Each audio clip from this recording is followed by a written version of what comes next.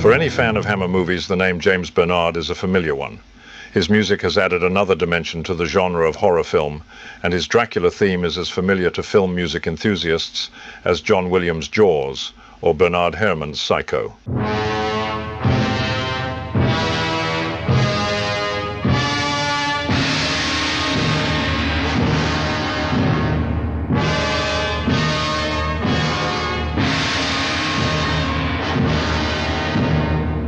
James Bernard now lives abroad, and he was in England recently where he was doing further work with Silver Screen Records as well as catching up with some theatre going. I would like to thank James Bernard for his very kind hospitality in London and also for consenting to do this interview. Thanks also to Silver Screen, in particular David Stoner, for helping me to arrange this meeting. James, when and where did you study music? Thank you, John. I studied music at the Royal College of Music from 1947 to 1949. That was after 4 years in the RAF, which I had joined when I left school in 1943. I had met Benjamin Britten during my last term at school, and he had taken an interest in my wild attempts at composing. While in the Air Force, I kept in touch with him as my time for demobilization approached. I wrote and asked his advice about further musical training. He advised me to go to one of the music colleges and get a proper grounding in musical discipline. As an ex-serviceman, I managed to get a government grant and then studied for 2 years at the Royal College of Music in Kensington. I studied composition with Herbert Howells. He was a gentle and charming man, not in the least severe as a teacher, incidentally. He is nowadays, I think, a much underestimated composer. I also studied piano with Kendall Taylor, but I was definitely not cut out to be a concert pianist. I continued to see Benjamin Britten from time to time, and when I left college I only wanted to compose. Before I left, I was summoned to see the registrar of the college, a composer called Hugo Anson. Also the director of the college at that time was another composer, Sir George Dyson. I went to see the registrar, Hugo Anson. When he asked me what I intended to do on leaving, I replied, "I'm going to compose music and make a living out of it," at which he laughed and said, "Oh no, you can't do that. That's for people like Vaughan Williams, William Walton and Benjamin Britten. You'll have to do something else." Anyway, I kept quiet and said goodbye. Then there followed a slyly empty period while I was trying to find my way into some kind of composing work, though I didn't know what.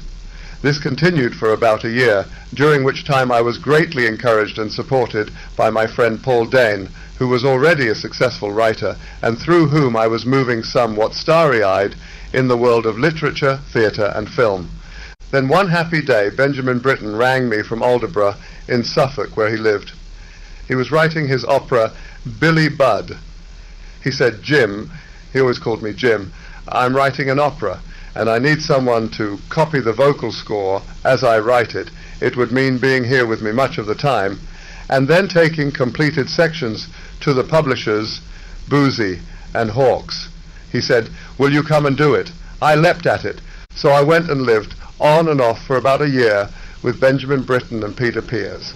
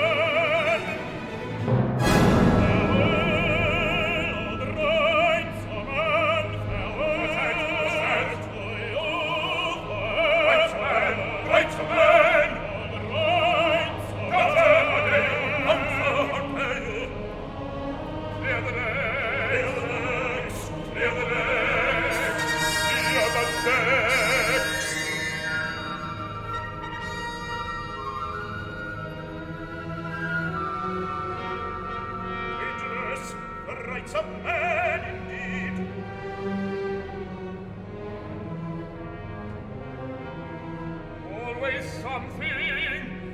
always some defect. Fine young chap, but we must keep a watch.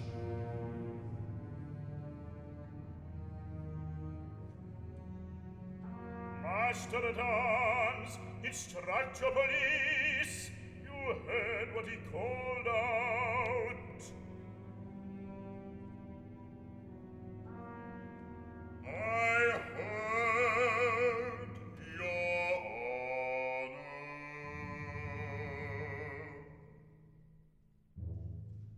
In my view, Ben was a great composer. He also had a virtuoso piano technique, and just to cap it all off, he was an extremely good tennis player. His company was stimulating. He had a bright, boyish quality and a tendency to moodiness, which went with his overall brilliance. Peter, on the other hand, had a great serenity and a calming presence. His high tenor singing voice had a memorable quality all of its own, informed by supreme musicianship and great histrionic power. My time with these two musical giants came as an amazing bonus after my 2 academic years at the Royal College. Quite apart from the exhilarating evenings when Ben played and Peter sang, it provided an invaluable practical training which taught me the sheer hard work involved in composing. E.M. Forster often came to stay. Another frequent visitor was Imogen Holst. She lived in Aldeburgh and later, I think, worked full-time for Ben. She was the daughter of Gustav Holst and was herself a remarkable composer, conductor and teacher. She felt that Ben had continued where her father had left off. She was another modest and unaffected person with no makeup, and her hair parted down the middle with a bun at the back, but her personality positively shone. So I spent an exciting year. It taught me, as I've said, a great deal about the practicalities of composing. I would have liked to have stayed with Ben as a personal assistant, but when the opera was finished, he made me leave. He said, "Now, Jim, if you want to make your own career, you must go. If you stay, you will be swamped." He was right, of course.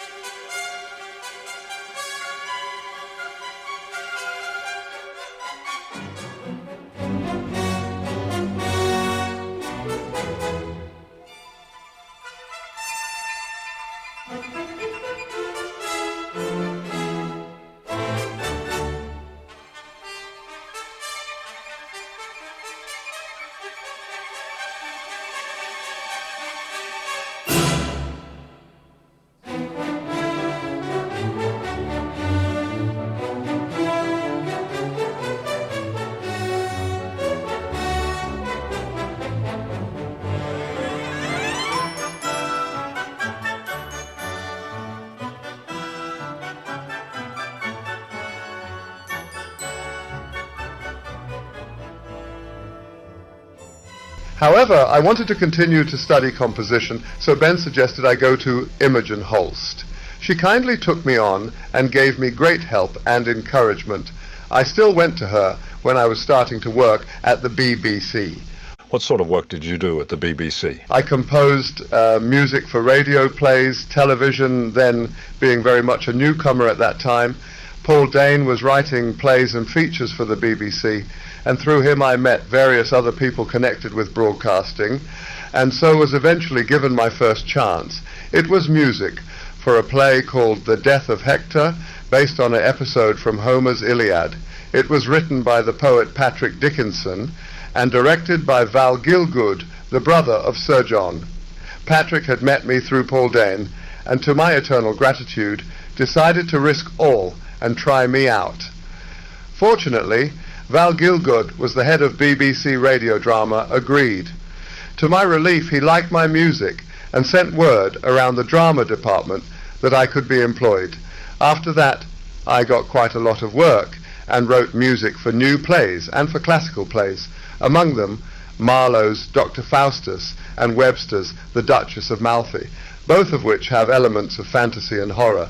Incidentally, I enjoyed composing music for comedies, Molière's Tartuffe, for example, but my film career was clearly not destined to go in that direction.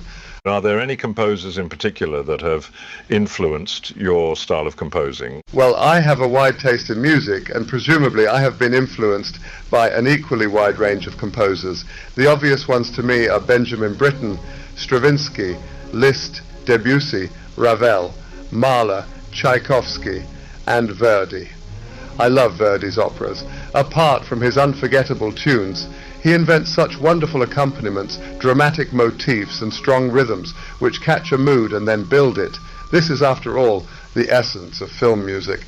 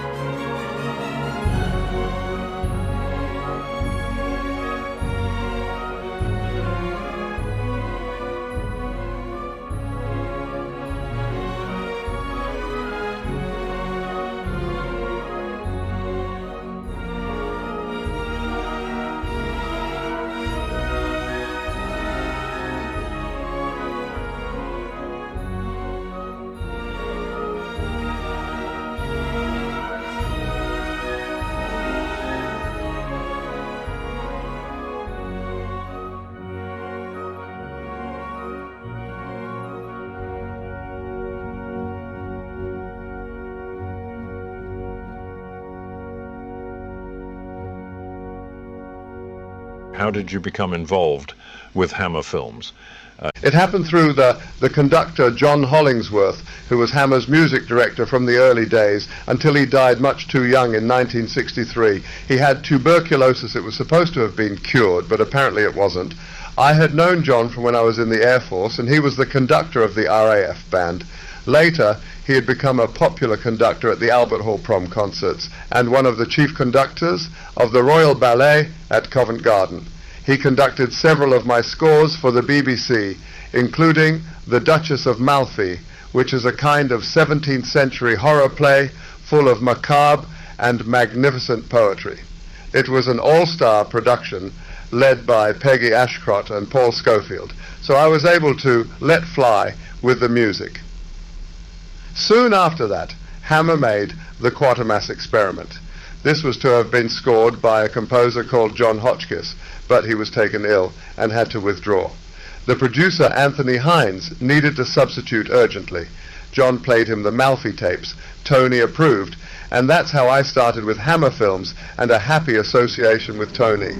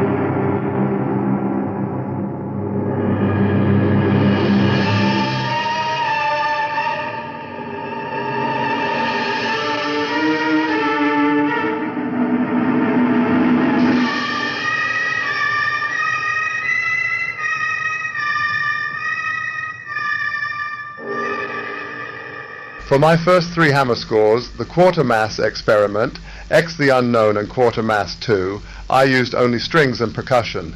For the BBC, I had used either smallish chamber groups or strings only, so I guess John thought, we won't trust him with a full orchestra yet. Let's see how he gets on with strings and percussion first. I was very grateful for this.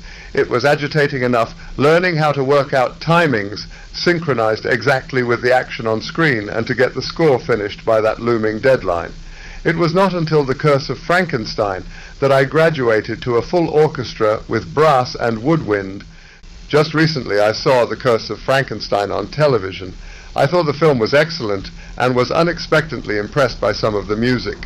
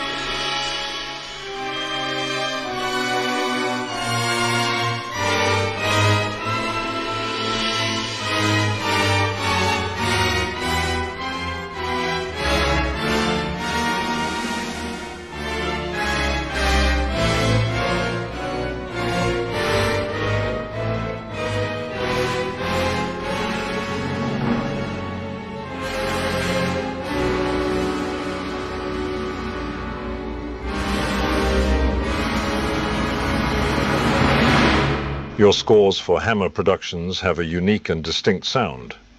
Did you use session musicians or one particular orchestra?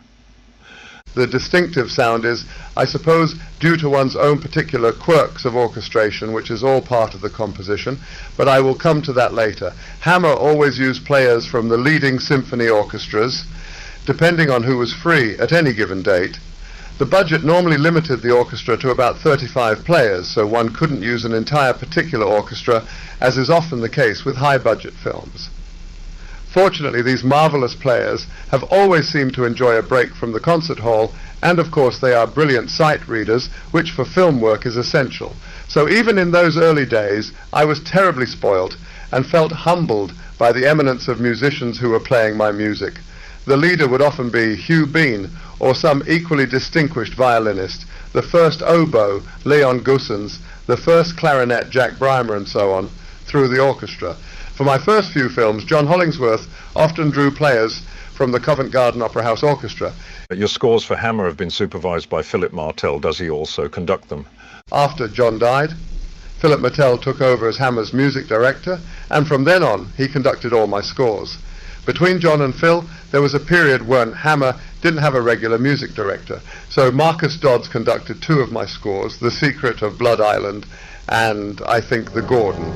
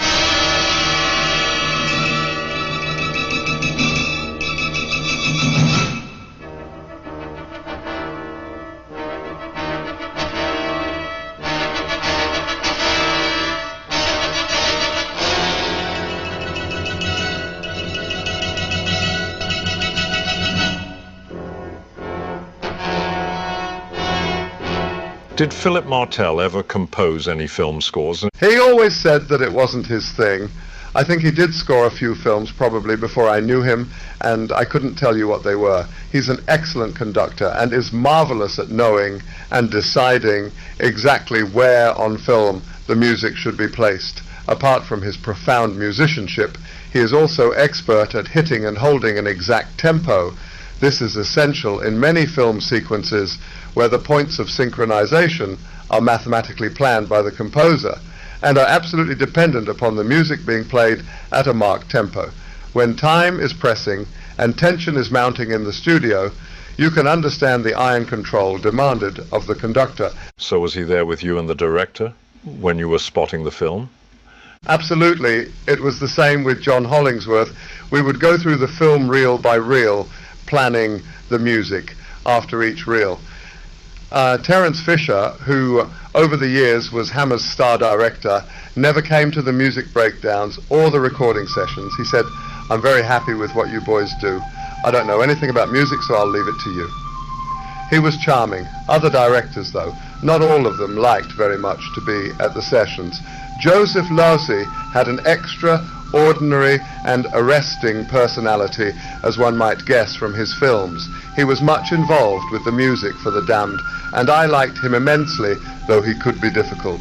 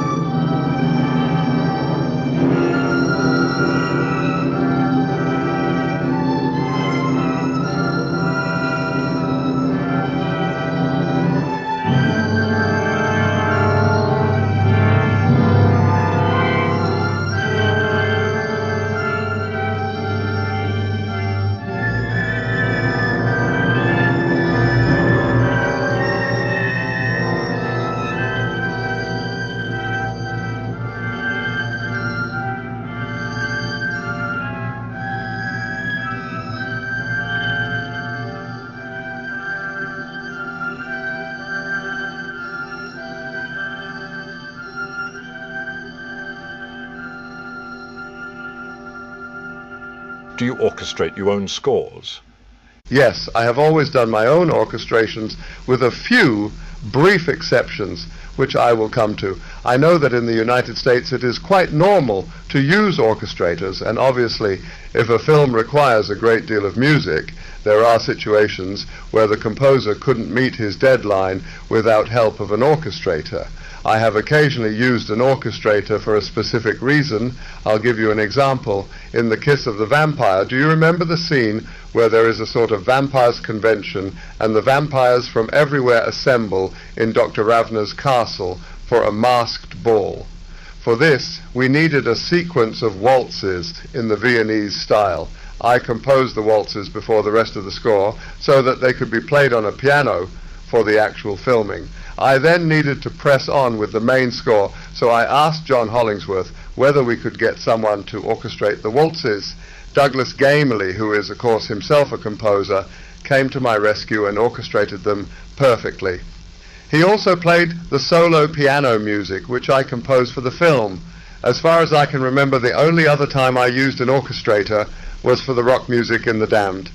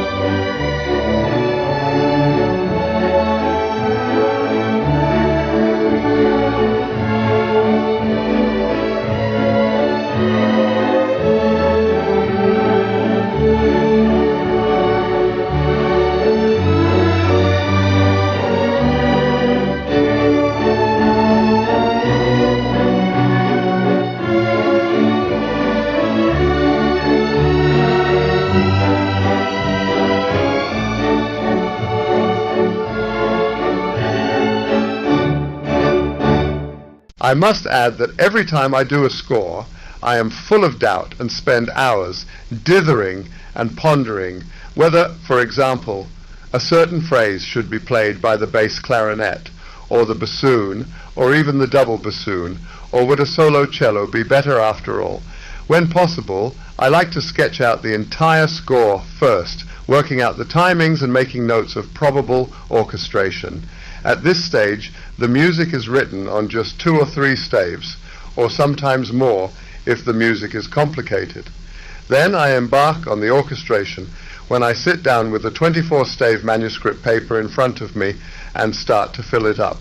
While I do this, I still have second thoughts and alter things, so you can understand why. To me, it is all part of the composing. When do you prefer to come on a film? As early as possible. It's helpful if I can get a script, because then I know what the film is about and can start to think of possible themes. I am delighted if there's the chance of a romantic theme to make a break from the tense dramatic stuff. Of course, one has to wait for the final cut of the film before one can get exact timings and start on the detailed score.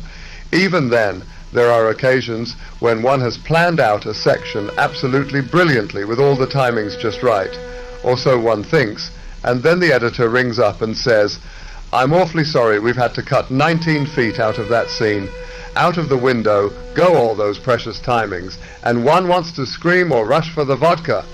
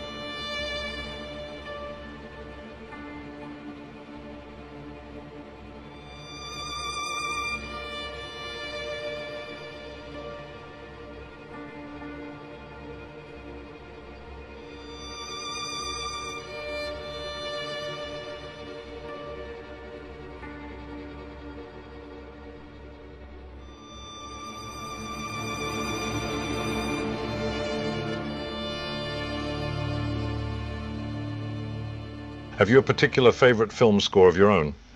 Well, let me see. I was quite pleased with She. It was a different sort of score and gave me a chance to be romantic. I love that fantasy element, which is not necessarily horror. I also like some of the music for The Devil Rides Out, and obviously I'm delighted with the success with the Dracula scores have had. In each score there are certain bits that I'm pleased with and other bits with which I'm not so pleased.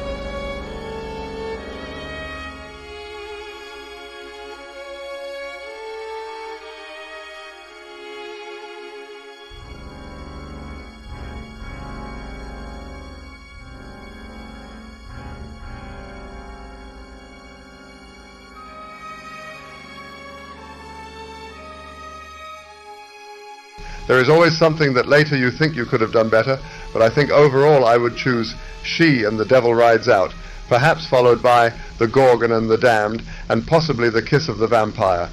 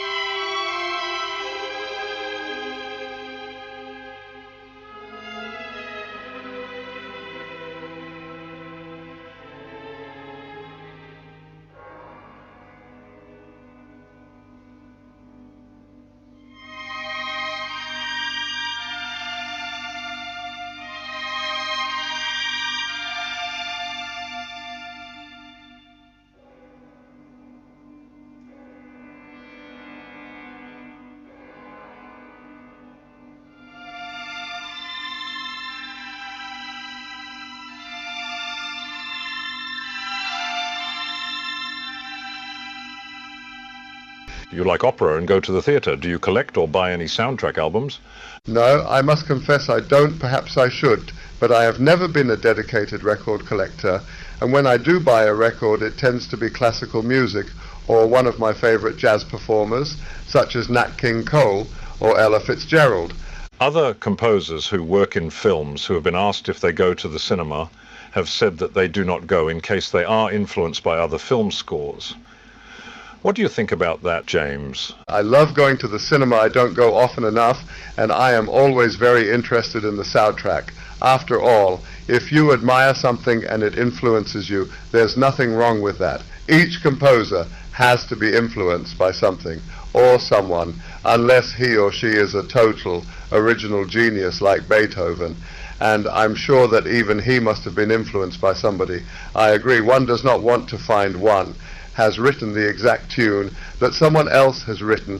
That's something to guard against. I'm not talking about horror stuff now, but about trying to compose a simple tune with immediate appeal. For this one needs to use a more or less normal diatonic scale, which consists of only 7 different notes with a possible 5 extra chromatic notes. So it's not surprising that lots of tunes remind one of other tunes. Many times I have written a tune and thought I'm rather pleased with this, and then thought, oh Lord, no, this is something out of Puccini. Then I have had to rush to somebody to ask them. In the days when I shared a house with Paul Den, who was highly musical, I'd say, Paul, come quickly, is this the love duet out of Madama Butterfly? And he would say either yes or no. So one has to watch out. But for me, that's no reason for not collecting soundtrack albums or for not going to the cinema.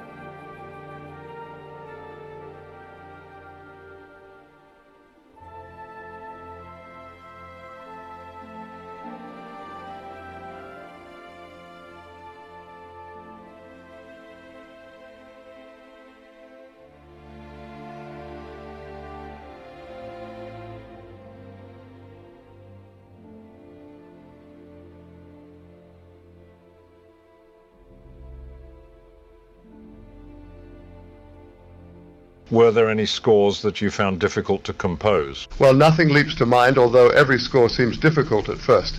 You think to yourself, I'm never going to be able to do this, but then slowly you get into it. I have on occasion been stuck, particularly if I have been working very much against time. I know I had a hard time on She.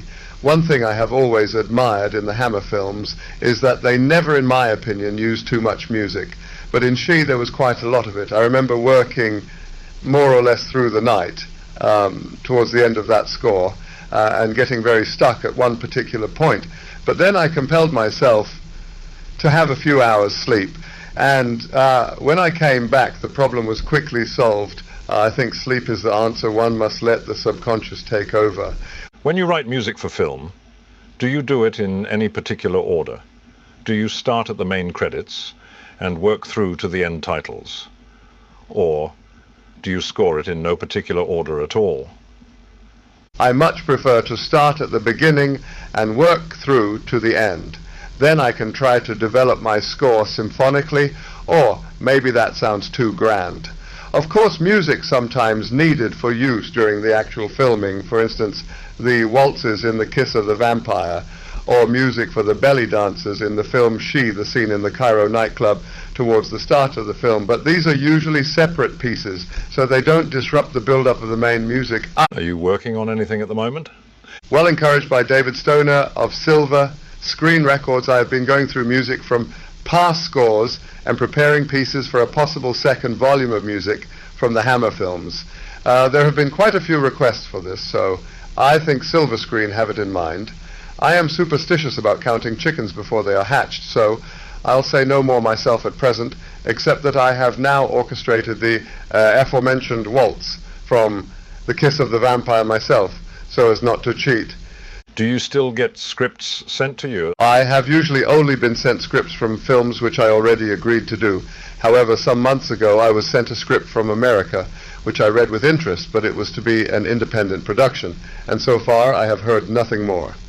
If an offer came your way and you thought it was a good film, would you do it? Yes, I hope so. Having been browsing in tropical sunshine for some years, I feel I've stored up quite a bit of energy. Have you ever pulled out of a project? No, never. I have always liked to be asked to work, so I've never pulled out of anything, nor touched wood. I had a score thrown out. I mean, that has happened to the very best composers, far better than me. It happened to Sir William Walton. Yes, I knew him quite well, and he was terribly upset over the rejection of his Battle of Britain score. I personally prefer the Walton score. Yes, it's brilliant.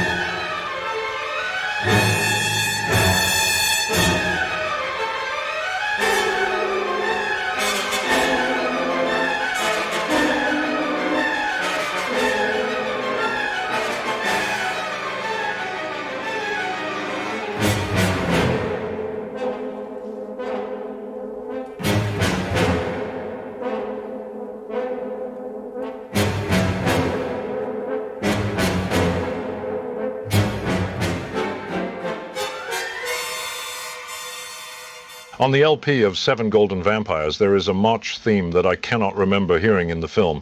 You're right. I wrote it for the LP. I think it was Philip Martell's idea to have something to start the record, like an overture. It's derived from some of my Chinese music in the film. If I remember rightly, it is repeated at the end of the record.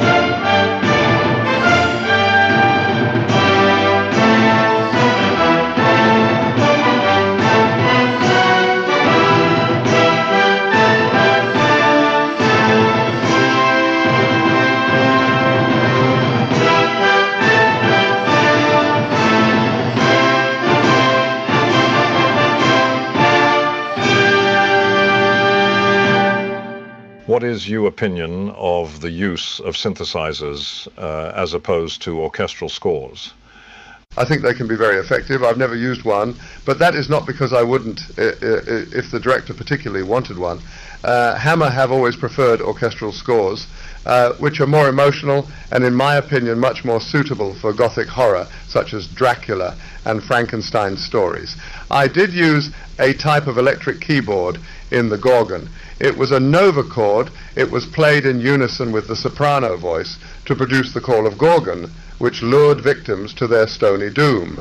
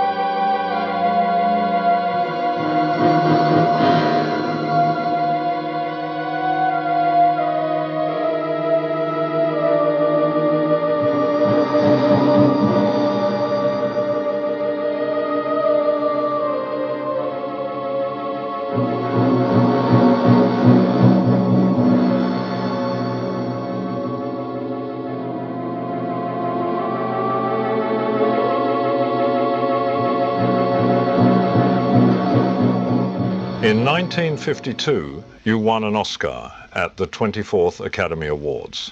Yes, but it wasn't for music. I had hardly started my composing career. I won it with Paul Dehn for the year's best original story, 7 Days to Noon. I'm not sure whether that category of Oscars still exists. Paul and I thought it up together. Paul committed it to paper, and we sold it to the Bolting brothers. It was before Paul had started writing screenplays himself, though he was already a well-known film critic. We got an Oscar each, but no question, in those days, of flying to Hollywood and taking part in all those glittering proceedings. The first we heard about it was in the Evening Standard. Then a week or two later, a representative of the Academy of Motion Picture Arts and Sciences arrived at our Chelsea house with a cardboard box containing our Oscars, not even a ribbon. We had 3 large gin and tonics. That was our Oscar ceremony. The 3 writing awards are a little bit tough for non-writers to understand. So to present them, we've asked an ink-stained wretch who has written in all 3 of the categories. She also finds time to be a politician, a playwright, and pretty, too. One of America's distinguished women, Claire Booth Luce.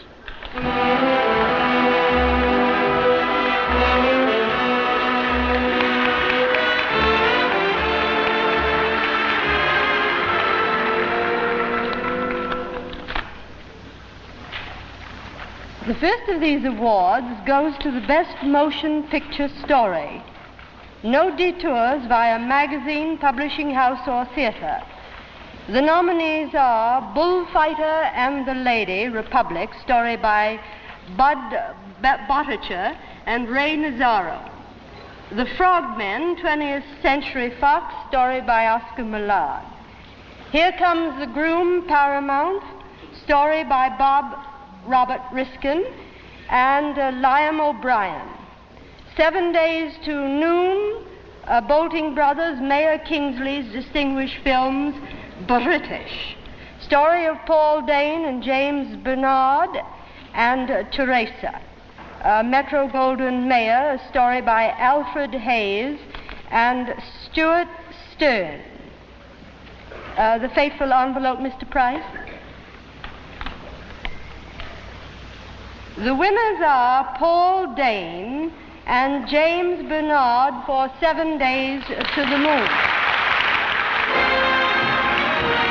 The award for 7 Days to Noon is going to be accepted by Mr. Barry Jones, who, if you remember, played the role of the mad scientist in the film. For Paul Dane and James Bernard, this is a first nomination. Mr. Barry Jones is on the stage.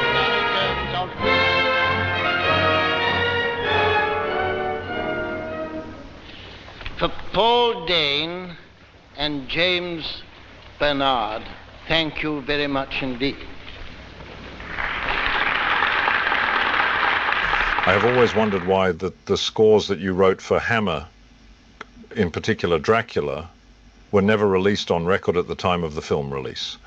I think that at that time, soundtrack albums had scarcely been introduced in England, except perhaps for American musicals or epics like Ben-Hur. I have also wondered why Hammer didn't have their own record label. Well, again, for the same reason, when Hammer made their first great success back in the 50s, I doubt whether anyone in England, except filmmakers, ever thought about soundtracks, let alone records of them. I remember in those early days, I would sometimes be talking to someone at a cocktail party, and they would ask me what I did. I would reply, I'm a composer, and I write music for films, to which the answer would be, oh, you mean background music? I'm afraid I never listened to it. That was the end of the conversation. Since then, film composers have definitely gone up in the world. Well, James, it's been a real pleasure talking to you about your career. Thank you, John. It's been a pleasure.